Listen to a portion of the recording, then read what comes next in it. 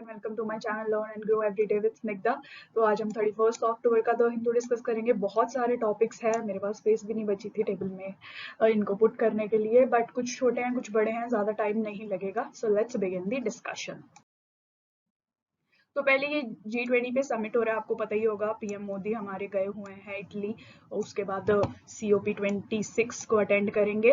तो अभी इसका कुछ रिजल्ट नहीं आया, जब आएगा तो हम पॉइंट्स ऐड करेंगे। अभी के लिए इसका ये हेडिंग या जो भी इसका थीम है वो याद करना जरूरी है। आप फ्रंट पेज पे जो वो आर्टिकल आया है उसको भी पढ़ सकते हैं, पर अभी उसमें एग्जाम में यूज करने वाले कोई पॉइंट्स नहीं है।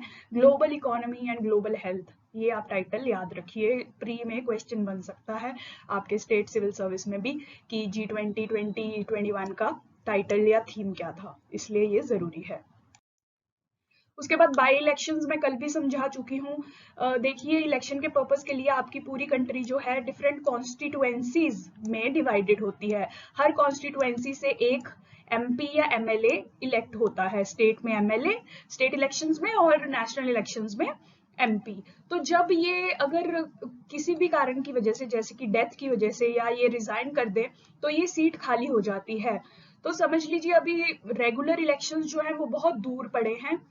तो इसके लिए जो इलेक्शन कमीशन है वो बाई इलेक्शंस या मिड ईयर कह सकते हैं आप इलेक्शंस कंडक्ट कराती है, उसे बाई इलेक्शंस कहा जाता है। तो बाई इलेक्शंस के बारे में पॉलिटी की लक्ष्मीकांत में जाके और पढ़ लीजिए, इस पे क्वेश्चन बन सकता है।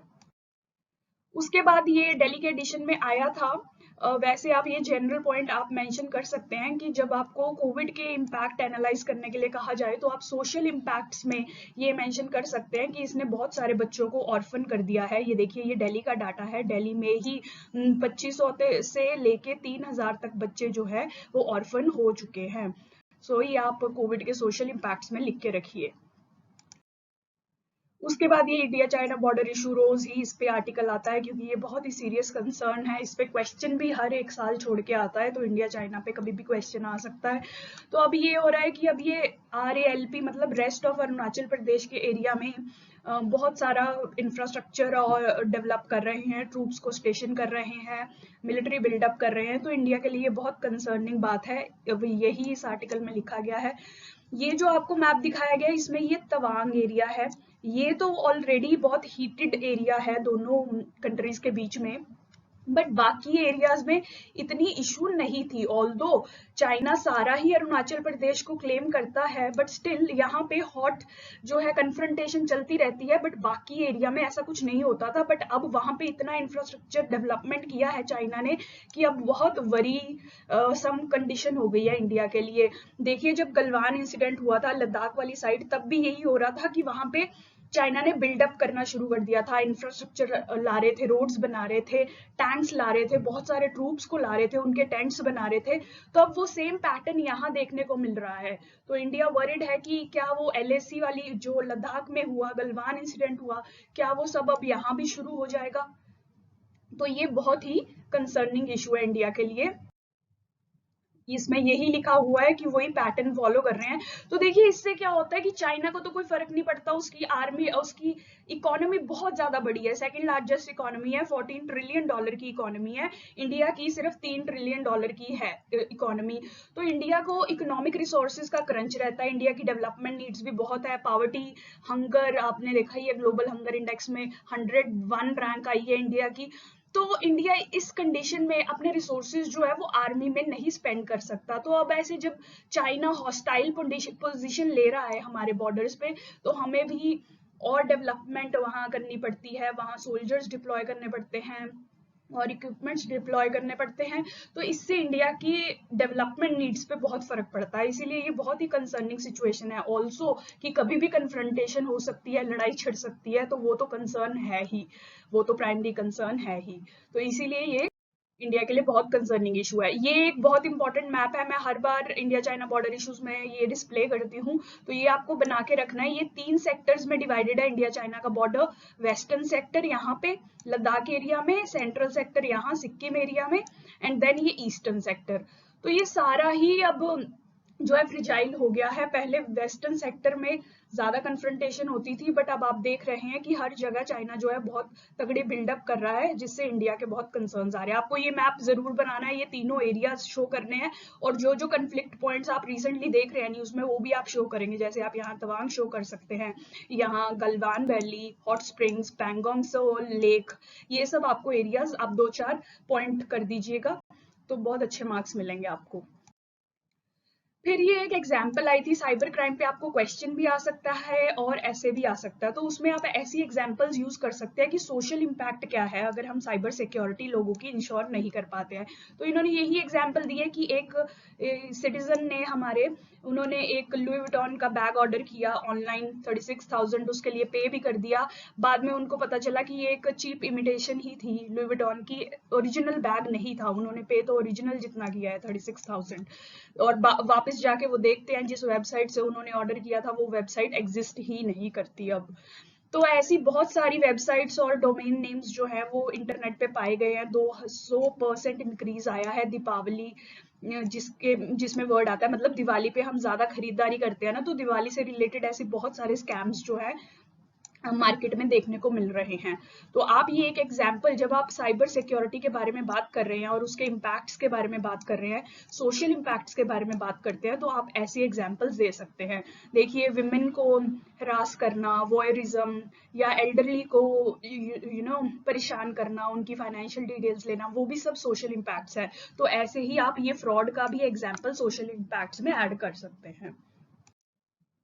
उसके बाद इन न्यूज आइटम्स में आपके लिए कोई इंपॉर्टेंट नहीं है, बट ये आपको बॉडीज दोनों इंस्टीट्यूशंस करने हैं। एक तो ईडी, इन्फोर्समेंट डायरेक्टोरेट, इसका पूरा आपको डिटेल्ड पढ़नी है, इनके रोल्स एंड रिस्पॉन्सिबिलिटीज, इसके मेंबर्स अपॉइंट कैसे होते हैं। आराम से प्री में इसका क्वेश्चन आ सकता है, मेंस में भी आ सकता है, बहुत न्यूज में रहता है आजकल ईडी, जब से ये रेड सी चलनी स्टार्ट हुई है। उसके बाद ये आर्यन खान के केस की वजह से नारकोटिक्स कंट्रोल ब्यूरो भी बहुत न्यूज में है, तो इसके बारे में भी बेसिक करनी है। बाकी इस केस से ड्रग इशू बहुत इंपॉर्टेंट हो जाता है, उसके बारे में हम डिटेल्ड डिस्कशन 29 को कर चुके हैं। मैं आपको लिंक प्रोवाइड करूंगी, आप प्लीज वो भी जाके देखिए। ड्रग अब्यूज पे आपको बहुत सारे पॉइंट्स मिलेंगे। ड्रग अब्यूज पे ऑलरेडी क्वेश्चन आ चुका है कि इंडिया इतना प्रोन क्यों है, इंडिया उसके लिए क्या कर सकता है। 2019 में मेंस में क्वेश्चन आ चुका है और दोबारा भी इजीली आ सकता है। सिक्योरिटी सेक्शन आपके GS3 में ये क्वेश्चन आता है, तो आप वो 29 की डिस्कशन भी जाके देखिए। उसके बाद ये इन्वेजिव स्पीसीज पे आर्टिकल आया हुआ है, ये भी इंपॉर्टेंट टॉपिक है, आपके इन्वायरमेंट के सेक्शन में इस पे क्वेश्चन आ सकता है। तो सबसे पहले तो डेफिनेशन दी हुई है इन्होंने, ये प्लीज लिख लीजिए। एक तो ये कन्वेंशन ऑफ बायोडाइवर्सिटी, ये भी बहुत इंपॉर्टेंट है आपके इन्वायरमेंट सेक्शन में, इसे भी जाके पहले आप अपने इन्वायरमेंट के बेसिक नोट्स में देखिए कि ये क्या है, इसके रोल्स एंड रिस्पॉन्सिबिलिटीज, इसके कमिटमेंट्स क्या है, आपको ये सारे कवर करने हैं।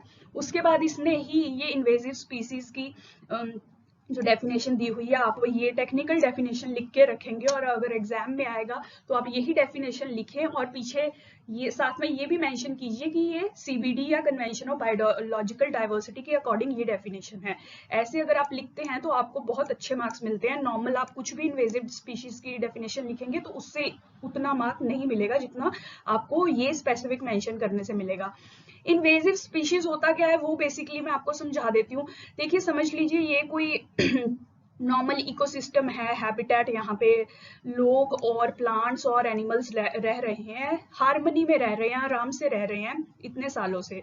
अब बाहर से कोई स्पीशी आ जाती है और वो इनकी रहन सहन को डिस्टर्ब करने लग जाती है, इनकी स्पेस ऑक्यूपाई करने लग जाती है क्योंकि वो ग्रो बहुत जल्दी करती है, इनका फूड ऑक्यूपाई करने लग जाती है क्योंकि वो कंज्यूम बहुत करती है, बहुत फास्टली करती है।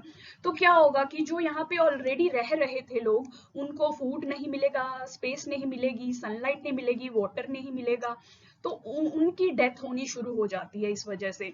तो इसीलिए इस स्पीशी को इन्वेजिव स्पीशी कहा जाता है, जो यहाँ पे इनकी स्पेस को आके इन्वेड कर रहा है, इसलिए इसे इन्वेजिव स्पीशी कहा जाता है। तो ये बेसिक इसका डेफिनेशन है, आपको याद ये वाली करनी है। अब रीजंस क्या होते हैं इन्वेजिव स्पीशीज के यहाँ पे पहुंचने के? देखिए, सबसे बड़ा रीजन है इंक्रीजिंग मूवमेंट। जब से ग्लोबलाइजेशन स्टार्ट हुई है, increasing movement of goods, trade, people from one place to another place, तो यही हो रहा है कि इनके साथ साथ ये जो डिफरेंट ऑर्गेनिजम्स हैं वो भी एक इकोसिस्टम से दूसरे इकोसिस्टम में जा रहे हैं। तो इससे क्या होता है कि ये कहीं कहीं के लिए इन्वेजिव स्पीशीज बन जाते हैं। तो आप रीजंस में यही मेंशन करेंगे कि सबसे बड़ा इसका रीजन है ग्लोबलाइजेशन, ट्रेड एंड डिफॉरेस्टेशन से भी ये इंट्रोडक्शन हो जाती है बाहर से इन्वेजिव स्पीशीज की इंडिजीनियस इन्वायरमेंट में। तो ये इसके रीजंस हो गए फैलने के। अब इसके बाद बहुत सारे नेगेटिव इम्पैक्ट्स होते हैं इन इन्वेजिव स्पीशीज के, वो इस आर्टिकल में डिस्कस किए गए हैं, हम वो कंसिडर कर लेते हैं यहाँ पे। एक तो ये नेटिव प्लांट्स को रिप्लेस कर देते हैं, सबसे पहला तो यही इनका इम्पैक्ट है। They eliminate food and cover for wildlife. मैंने आपको बताया ही, ये फूड को कंज्यूम करते हैं, वाटर को कंज्यूम करते हैं, तो नेटिव स्पीशीज के लिए उतना फूड और वाटर अवेलेबिलिटी नहीं रहती है।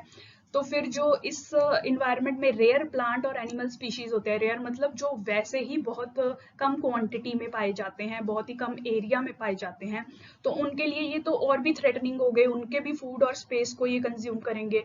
तो इसीलिए रेयर प्लांट्स और एनिमल स्पीशीज के लिए ये और डेंजरस होते हैं। उसके बाद ये पूरी फूड चेन को इम्पैक्ट करते हैं। जब ये एक ऑर्गेनिज्म को हार्म करेंगे, तो आप देखिए एक ऑर्गेनिज्म पूरी फूड चेन का पार्ट होता है, किसी भी एक ऑर्गेनिज्म पे इम्पैक्ट हो तो पूरी फूड चेन जो है डिस्टर्ब होती है। जैसे इन्होंने एक एग्जाम्पल भी दिया, आपको ये एग्जाम्पल याद रखनी है। कॉस्मोस सल्फरस जो इन्वेजिव स्पीशी है, ये सारी स्पेस ले रहा है श्रबरी की। जो रोड साइड पे आप श्रबरी देखते हैं, श्रब्स वगैरह जो बाहर को निकल रही होती हैं, उनकी जगह पे ये वाली इन्वेजिव स्पीशी जो है अब ऑक्यूपाई करने लगी है स्पेस। तो आप ये एग्जाम्पल मेंशन कर सकते हैं। उसके बाद इनका ये भी इम्पैक्ट होता है कि फॉरेस्ट्री के लॉसेस बढ़ जाते हैं, जो आपकी इनको मैनेज करने की कॉस्ट बढ़ जाती है। सबसे बड़ा थ्रेट तो बायोलॉजिकल डाइवर्सिटी को होता है, क्योंकि ये बाकी सारे स्पीशीज को खत्म करते रहेंगे और खुद स्पेस और फूड का जो है ऑक्यूपाई करते रहेंगे। इसीलिए डाइवर्सिटी जो बहुत इंपॉर्टेंट है किसी भी इकोसिस्टम को सर्वाइव करने के लिए, उसको ये खत्म करते रहेंगे। उसके बाद लाइफ स्टॉक के लिए भी, लाइफ स्टॉक मतलब जो आपके गाय भैंस गोट्स वगैरह होती हैं, जो फॉडर को चरती रहती हैं, जब भी आप देखते होंगे, तो ये जब फॉडर को यानी कि ग्रास को, नॉर्मल ग्रास को ग्रो ही नहीं होने देंगे, उनकी स्पेस पे खुद आ रहे हैं इन्वेजिव स्पीशी, तो ये लाइफ स्टॉक ग्रास खाएंगे कहाँ से? अगर ये लाइफ स्टॉक जो है काऊ वगैरह, अगर ये इन इन्वेजिव स्पीशीज को खा भी लेते हैं, तो इनको स्किन एलर्जीज या डिसीजेज वगैरह हो जाती है, क्योंकि ये इन्वेजिव स्पीशीज बहुत पॉइजनस होते हैं। तो मतलब लाइफ स्टॉक पे भी इम्पैक्ट हो रहा है, और इसका मतलब कि हमारे फार्मर पे भी इम्पैक्ट होगा, स्पेशली स्मॉल मार्जिनल फार्मर जिसके पास मेजोरिटी लाइफ स्टॉक है इंडिया में। तो इसीलिए फार्मर पे भी इम्पैक्ट है, लाइफ स्टॉक पे भी इम्पैक्ट है। उसके बाद मैन वाइल्ड कन्फ्लिक्ट भी बढ़ जाता है। अब देखिए, जब जंगल में जो हमारा शेर है या आप कोई भी एनिमल ले लीजिए, जंगली एनिमल्स हैं, उनको वहां पे खाने को नहीं मिलेगा, क्योंकि इन्वेजिव स्पीशीज वहां पे आ गए हैं, बाकी सब नेटिव स्पीशीज को उनको खत्म कर दिया है। तो ये जानवर जो है वो बाहर और एरियाज में जाएगा अपना फूड ढूंढने के लिए, अपने ट्रेडिशनल एरिया से बाहर जाएगा। तो ये क्या करता है, पैडी वगैरह के फील्ड्स में आ जाता है। अब पैडी के फील्ड में आएगा तो फार्मर से इसका भिड़ंत तो होगी। तो इस वजह से इसे कहते हैं मैन वाइल्ड कन्फ्लिक्ट। इससे वाइल्ड एनिमल को भी हार्म होता है और मैन को भी हार्म होता है। हम बहुत कोशिश कर रहे हैं कि मैन वाइल्ड कन्फ्लिक्ट को रिड्यूस कर सकें, ये उसका रीजन बन जाता है। आप ये एग्जाम्पल भी यहाँ पे लिखी हुई है, लेंटाना कैमरा, ये भी एक इन्वेजिव स्पीशी है। देखिए इसमें प्री पे भी क्वेश्चन आ गया है कि उसमें से आइडेंटिफाई करने थे कि इन्वेजिव स्पीसीज कौन थे, ये वाला लेंटाना कैमरा उस ऑप्शन में था। तो ये इंपॉर्टेंट टॉपिक है, आप इन्वेजिव स्पीशी को थोड़ा ध्यान से कीजिए, आपके शायद इन्वायरमेंट के नोट्स में भी आपको मिल जाए, बट यहाँ पे जो पॉइंट्स है मेन पर्सपेक्टिव से हैं, ये आप प्री पर्सपेक्टिव से भी थोड़ा इसे पढ़ लीजिएगा। तो ये इसकी एग्जाम्पल दी हुई है, ये भी आप पढ़ लीजिए। उसके बाद ये भी लिखा है कि 32% ऑफ फार्मर्स का जो इनकम है या बजट है वो इनको कंट्रोल करने में ही चला जाता है। तो आप देखिए फार्मर्स के ऊपर भी इकोनॉमिक कॉस्ट आ रही है, और ये सॉइल हेल्थ को भी इम्पैक्ट करते हैं। तो आप ये सारे पॉइंट्स मेंस के पॉइंट ऑफ व्यू से लिख के रखिए कि इन्वेजिव स्पीशीज का क्या हार्मफुल इम्पैक्ट है हमारी बायोडाइवर्सिटी पे। बाकी आप प्री के पॉइंट ऑफ व्यू से भी इसे बना लीजिए, ये इंपॉर्टेंट आर्टिकल है।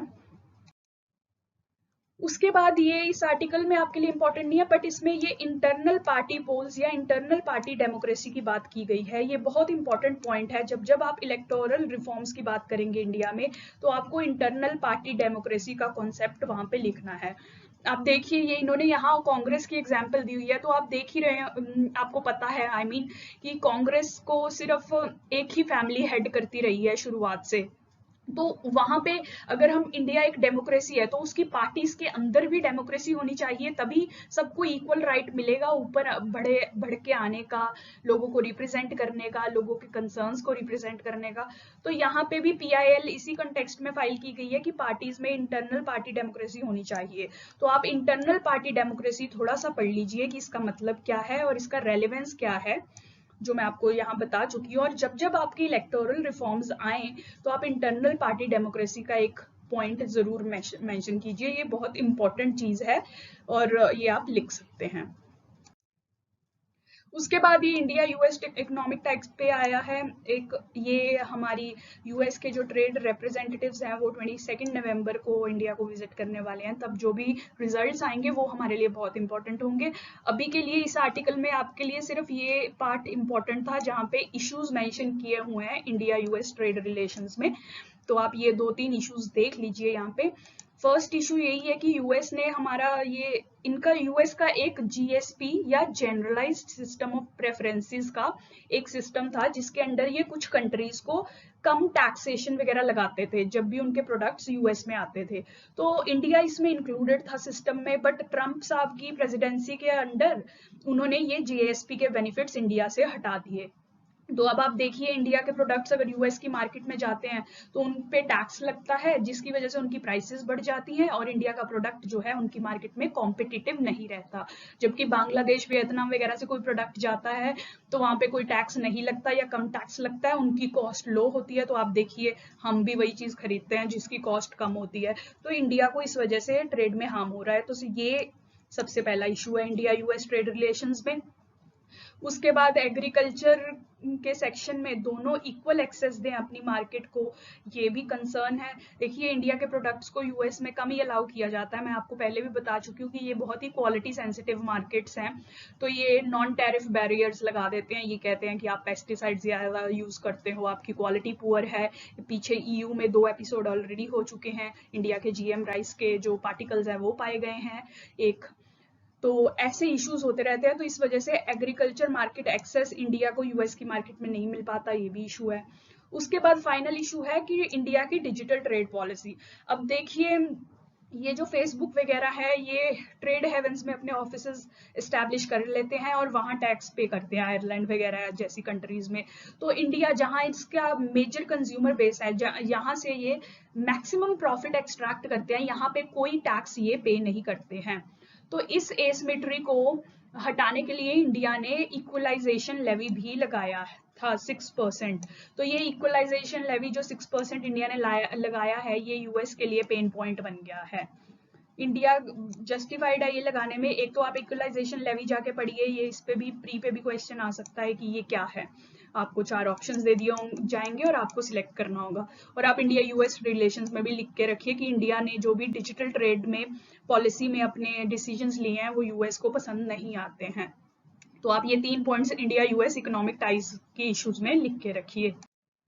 उसके बाद ये छोटी सी J&K की एग्जाम्पल, अगर आपको कभी J&K पे क्वेश्चन आ जाए तो आपको लिखना हो कि गवर्नमेंट डेवलपमेंट के लिए मेजर्स ले रही है तो आप ये मेंशन कर सकते हैं। देखिए एशिया का first open air floating theatre cinema जो डल लेक पे एस्टैब्लिश किया गया है, तो ये इंप्रेसिव सी एग्जाम्पल है। आप डेवलपमेंट एफर्ट्स में ये एक एग्जाम्पल मेंशन कर सकते हैं। उसके बाद ये medical termination of pregnancy amendment rules जो है इंट्रोड्यूस किए गए हैं, ये एक्ट बहुत इंपॉर्टेंट है आपके लिए, medical termination of pregnancy act. और अबॉर्शन का टॉपिक ही इटसेल्फ एथिक्स में बहुत इंपॉर्टेंट है, तो क्योंकि अबॉर्शन के ऊपर बहुत एथिकल कंसर्न्स या इश्यूज या डिबेट चलती रहती है। तो आप देखिए कि कुछ रिलीजन्स में स्पेशली ये क्रिश्चियनिटी में अबॉर्शन को सही नहीं माना जाता था पहले, तो वो कॉन्ट्रासेप्टिव्स भी अलाउ नहीं करते थे। ये तो जब एड्स वगैरह इतना फैलने लग गया तब उन्होंने कॉन्ट्रासेप्टिव का यूज जो है अलाउ किया। अदरवाइज क्रिश्चियनिटी में या कैथोलिक जो लोग रिलीजन फॉलो करते थे वो ये यूज करना, बच्चों को मारना, अबॉर्शन करना, इनको सबको गलत या गॉड की विल के अगेंस्ट मानते थे। तो ये एथिक्स के लिए इंपॉर्टेंट टॉपिक है। एक तो अबॉर्शन आपको वहां कवर करना है, दूसरा ये आपको medical termination of pregnancy amendment rules भी करने हैं जो अभी आए हैं। देखिए माइनर्स को भी जो है अबॉर्ट करने का राइट मिल गया। देखिए इंडिया में आपको अबॉर्शन करने का राइट नहीं है, बहुत ही कंडीशनल है। एक तो ये है कि मतलब कुछ ही लोगों को अलाउ किया जाता है जिनको लगता है फीटल एबनॉर्मेलिटीज है कि बच्चा जो है वो डिसेबल्ड पैदा होगा, तो सिर्फ उनको, वो भी बहुत सीरियस जो है कंसर्न है, उनको अलाउ किया जाता है। सेक्सुअल असॉल्ट के विक्टिम्स को अलाउ किया जाता है, रेप विक्टिम्स को। तो बहुत ही कंडीशनल आपकी अबॉर्शन आप करा सकते हैं। नॉर्मल इंसान जो है अबॉर्शन नहीं करा सकता, आपको कोर्ट के थ्रू ही जाना पड़ता है अगर आपके और भी कोई रीजंस है अबॉर्शन कराने के लिए। तो आप ये medical termination of pregnancy act के प्रोविजंस लिखिए और उनका एनालिसिस भी लिखिए, कभी भी इस पे क्वेश्चन आ सकता है। अभी इस लेटेस्ट डेवलपमेंट में इन्होंने माइनर्स को जो है अलाउ किया है अबॉर्शन कराने के लिए, क्योंकि बहुत सारी माइनर्स के केसेस आ रहे थे। ये देखिए यहाँ लिखा हुआ है, ये माइनर्स जो है थर्ड लार्जेस्ट कैटेगरी है after foetal abnormalities and rape survivors, जो केस फाइल कर रहे हैं अबॉर्शन के लिए। तो बहुत सारे माइनर्स का सेक्सुअल असॉल्ट वगैरह हो जाता है, तो इस वजह से अब वो खुद ही बच्चे हैं तो वो चाइल्ड को कैसे कैरी करेंगे लॉन्ग टर्म में, इसीलिए वो अबॉर्शन के लिए सीख करते हैं, पर हमारे लॉज लीगली अलाउ नहीं करते। तो इसीलिए लॉ में चेंज की जरूरत थी, इसीलिए ये रूल्स पास किए गए। तो ये आप लिख के रखिए अपने नोट्स में। उसके बाद ये आप इंफ्रास्ट्रक्चर सेक्टर अपने GS3 में लिख लीजिए कि रेलवे जो है 12,000 करोड़ रुपीस जो है लगा रहा है रेलवे स्टेशंस की मॉडर्नाइजेशन पे, बेसिक कम्युनिटीज बनाने के लिए, एक्सेलरेटर्स वगैरह बनाएंगे, सफाई सफाई कुछ रखेंगे। हमारी रेलवेज की कंडीशन तो आपने देखी है, तो आप ये इंफ्रास्ट्रक्चर सेक्टर में गवर्नमेंट मेजर्स में लिख के रख सकते हैं रेलवेज के नोट्स में। उसके बाद ये ऑलिव रिडले टर्टल्स, ये बहुत ही इंपॉर्टेंट टॉपिक है ये इसके बारे में आप सारी इंफॉर्मेशन कीजिए, इनका कंजर्वेशन स्टेटस कीजिए। ये वल्नरेबल हैं, यहाँ इंडेंजर्ड क्यों लिखा है आई डोंट नो, बट शायद अब इंडेंजर्ड हो गए हों। तो आप ऑलिव रिडले सी टर्टल्स के बारे में सारी इंफॉर्मेशन लिखिए कि ये कहाँ पाए जाते हैं, इनका कंजर्वेशन स्टेटस क्या है, ठीक है, इनको थ्रेट्स क्या क्या है, इनको प्रिवेंट करने के लिए क्या क्या किया गया है गवर्नमेंट के द्वारा। इस पे प्रीलिम्स पे ऑलरेडी क्वेश्चन आ चुका है, अब स्टेट सर्विसेज वगैरह में भी इस पे दोबारा क्वेश्चन आ सकता है। बाकी आप मेंस में एज एन एग्जांपल यूज कर सकते हैं कि हम कैसे अपनी इकोलॉजी को कंजर्व कर रहे हैं। तो ऑलिव रिडले को हमने कंजर्व करने के लिए बहुत अच्छे मेजर्स लिए हैं उड़ीसा गवर्नमेंट ने, और यहाँ की NGOs वगैरह ने मिलके बहुत एफर्ट्स किए हैं और इनको रिहेबिलिटेट करने में हम सक्सेसफुल रहे हैं। तो इसी वजह से आप ये केस स्टडी की तरह भी यूज कर सकते हैं। यहाँ भी यही लिखा गया है, देखिए इन्होंने मोबाइल एप्लीकेशन लॉन्च कर दिया उड़ीसा गवर्नमेंट ने इस फाउंडेशन के साथ मिलके, ताकि फिशरमैन को पहले से ही अलर्ट कर दिया जाए कि इस एरिया में बहुत सारे ऑलिव रिडले टर्टल्स है, तो आप वहां मत जाइए क्योंकि ऑलिव रिडले टर्टल्स को इम्पैक्ट होगा, फिशिंग नेट्स में फंस जाएंगे, ये सब उन पे इम्पैक्ट होगा। इसीलिए अलर्ट करने के लिए एक ऐप लॉन्च कर दी गई है। तो ये आप गुड प्रैक्टिसेस की तरह लिख के रख सकते हैं। उसके बाद ये गैरी माथा मरीन सेंचुरी, ये भी आप इसके बारे में भी पढ़ लीजिए, क्योंकि sanctuaries, tiger reserves, national parks, ये बहुत इंपॉर्टेंट है, प्री पे इस पे क्वेश्चन आता ही है। इन्वायरमेंट के बेसिक नोट्स में भी जाके देखिए कि नेशनल पार्क क्या होता है, वाइल्ड लाइफ सेंचुरी क्या होती है, ये सब इसमें डिफरेंसेस क्या है, टाइगर रिजर्व्स क्या होते हैं, इनमें डिफरेंसेस क्या है, आपको पता चल जाएगा। काफी कुछ है कवर करने के लिए, बट धीरे धीरे हो जाएगा सब। उसके बाद ये देखिए वर्ड पेज पे कुछ था नहीं, इसलिए मैंने आपको ये पिक्चर दी है। ये सारी जो न्यूज आइटम्स हैं इंडिया से डायरेक्टली और इनडायरेक्टली बिल्कुल भी रिलेटेड नहीं है। सूडान के अंदर क्या हो रहा है, सूडान पे क्या इम्पैक्ट हो रहा है, इंडिया पे क्या इम्पैक्ट हो रहा है, वो इसमें डिस्कस किसी भी न्यूज में नहीं किया गया, इसलिए ये आपके लिए पेज आज इम्पोर्टेंट नहीं था, अदरवाइज ये इम्पोर्टेंट होता है। उसके बाद ये एग्रीकल्चर रिफॉर्म्स पे एक आर्टिकल आया हुआ है, तो आप ये पॉइंट्स इसमें से यूज कर सकते हैं। देखिए ये एक पेपर रिलीज हुआ है नेशनल अकेडमी ऑफ साइंसेज के द्वारा, जिसका टाइटल है integrated farming with intercropping increases food production.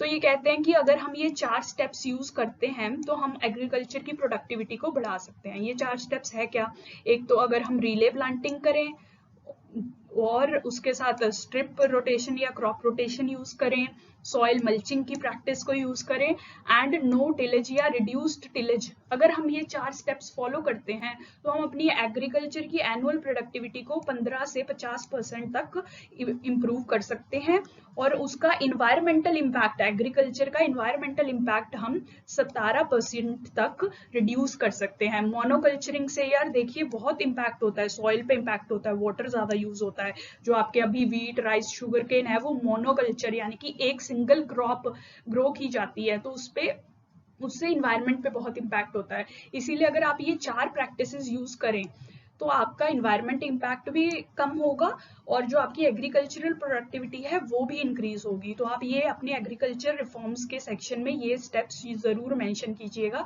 साथ में आप इस पेपर का नाम भी लिख सकते हैं अगर आप चाहें तो। और ये डाटा भी याद कीजिए कि ये 4 स्टेप्स जो है इतना हमारा इम्प्रूवमेंट कर सकते हैं हमारी एग्रीकल्चर में।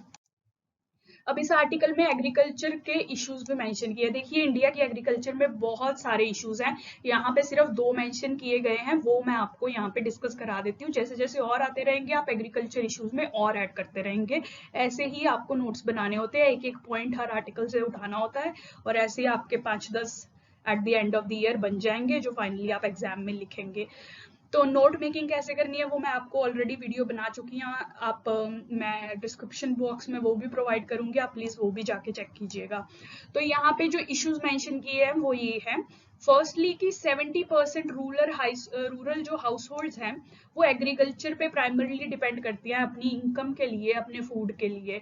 तो देखिए पिछले 10 से ज्यादा सालों से इंडिया की एग्रीकल्चर ने 4% से ज्यादा की ग्रोथ नहीं की है। आप देखिए 4% पे आके रुक गई है। और पॉपुलेशन कितनी डिपेंडेंट है, 70% डायरेक्टली और इनडायरेक्टली। तो आप देखिए सिर्फ 70% पॉपुलेशन सिर्फ 4% पे ग्रो कर पा रही है, तो इससे बहुत इम्पैक्ट होगा उनकी इनकम पे, उनके इकोनॉमिक आउटकम्स पे और उनके सोशल आउटकम्स पे। तो ये पहला इशू है कि इतनी ज्यादा डिपेंडेंट पॉपुलेशन है और ग्रोथ रेट बहुत कम है।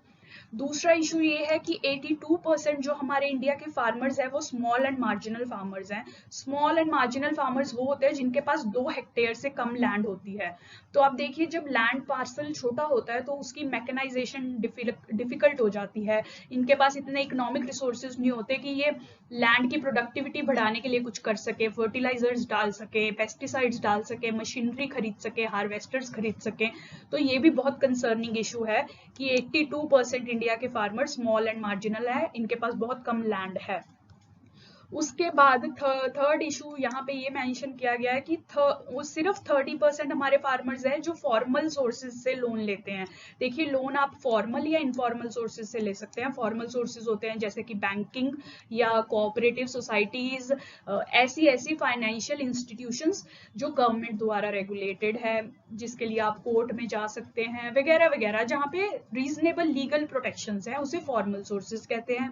इनफॉर्मल सोर्सेज यही होते हैं कि आप अपने रिश्तेदारों से, दोस्तों से, मनी लेंडर से पैसा ले लें, तो वो जो होता है थोड़ा हार्मफुल होता है, उसमें इंटरेस्ट रेट्स ज्यादा होते हैं एक तो, और क्या कहते हैं कि राइट्स अब्यूज भी हो सकते हैं।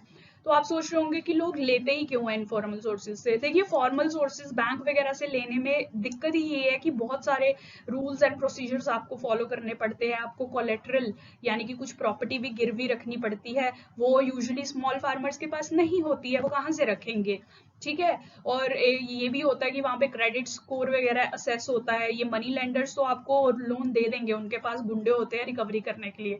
मतलब कहने का मतलब ये है कि यहाँ से जो लोन लेना वो इजियर होता है इनफॉर्मल सोर्सेज से, इसलिए इनफॉर्मल को प्रेफर किया जाता है फॉर्मल के ऊपर। सिर्फ 30% हमारे फार्मर्स फॉर्मल जगहों से लोन लेते हैं। ये भी एक वरीसम कंडीशन है, क्योंकि हमें चाहिए कि फॉर्मल सिस्टम में ही फार्मर इंक्लूड हो, वहाँ रेट्स कम होते हैं, प्रोटेक्शन होती है, सब्सिडीज वगैरह भी मिलती हैं, ऐसे लोन वेवर्स भी मिल जाते हैं। तो इसलिए ये थर्ड इशू हो गया एग्रीकल्चर के आप इश्यूज में। इन 3 पॉइंट्स को मेंशन करके रखिए। ये मुल्ला पेरियार डैम की पूरी कंट्रोवर्सी हम डिस्कस कर चुके हैं। 27 अक्टूबर की डिस्कशन में हमने ये पूरा इसका बहुत अच्छे से डिस्कशन किया, डैम मैनेजमेंट पे भी डिस्कशन किया था, तो आप वो जाके चेक कीजिए। बेसिक इसका यही रीजन है कि ये देखिए, ये आपको केरला दिख जाएगा, ये आपको तमिलनाडु, इनके बीच का ये बॉर्डर है। तो ये मुल्लापेरियार डैम जो है लोकेटेड है केरला में, बट इसको मैनेज करता है तमिलनाडु। ठीक है, ये प्रोविजन बहुत सालों से, 100 सालों से पहले से ऐसे ही चलती आ रही है, इसमें कोई चेंज नहीं आया है। तो तमिलनाडु क्या करता है कि इसमें 142 फीट तक वाटर मेंटेन करने की कोशिश करता है, ताकि ये अपनी वाटर नीड्स को मेंटेन कर सके। इसको अपना वाटर रिक्वायरमेंट्स मीट करने के लिए इसको इतनी इसमें वाटर लेवल चाहिए होता है। बट अब केरला को वरी हो जाती है कि अगर इस डैम में कुछ भी हो गया तो फ्लडिंग को केरला को फेस करना पड़ेगा, बहुत ही सीवियर फ्लडिंग जो है वो केरला में आएगी, तमिलनाडु पे इतना इम्पैक्ट नहीं होगा। इसीलिए दोनों स्टेट्स में लड़ाई चलती रहती है। केरला कहता है कि आप कम वाटर स्टोर कीजिए, इतना मत स्टोर कीजिए, डैम की कंडीशन पुअर है, डैम को डिसमेंटल कर देना चाहिए, केरला ये कहता है। तमिलनाडु ये बात मानता नहीं है अपनी रीजंस की वजह से। तो ये डिटेल्ड डिस्कशन इसमें आगे क्या किया जा सकता है वो हम 27 को डिस्कस कर चुके हैं, आप वो जाके चेक कीजिए। उसके बाद फाइनल ये COP 26 बहुत ही इंपॉर्टेंट है आपके इस साल के मेंस के लिए, आपके नेक्स्ट साल के मेंस के लिए बहुत ही इंपॉर्टेंट है। आपके इन्वायरमेंट के आंसर्स में आपको इसको मेंशन करना है। तो इसमें हम डिटेल्ड डिस्कशन 23 और 25 अक्टूबर को कर चुके हैं, आप वो दोनों जाके सुनिए, आपको डिटेल में समझ आ जाएगा ये पूरा इशू क्या है। उसके बाद आप ये आर्टिकल पढ़ सकते हैं, अगर आपने COP 26 पे कुछ नहीं पढ़ा है तो आपको ये आर्टिकल बहुत अच्छे से समझ आ जाएगा। जो ऑलरेडी पढ़ चुके हैं COP 26 के बारे में वो भी ये आर्टिकल्स पढ़ लें, आपकी अंडरस्टैंडिंग में रिफाइनिंग आएगी, आपके थॉट्स जो हैं वो टुगेदर आ जाएंगे। तो ये इजी आर्टिकल है, वो डिस्कशन सुनिए पहले, आपको ये आर्टिकल आराम से समझ आ जाएगा। So that was all for this discussion. Hope this helps. Please like and subscribe my channel for more such videos, and thank you for watching.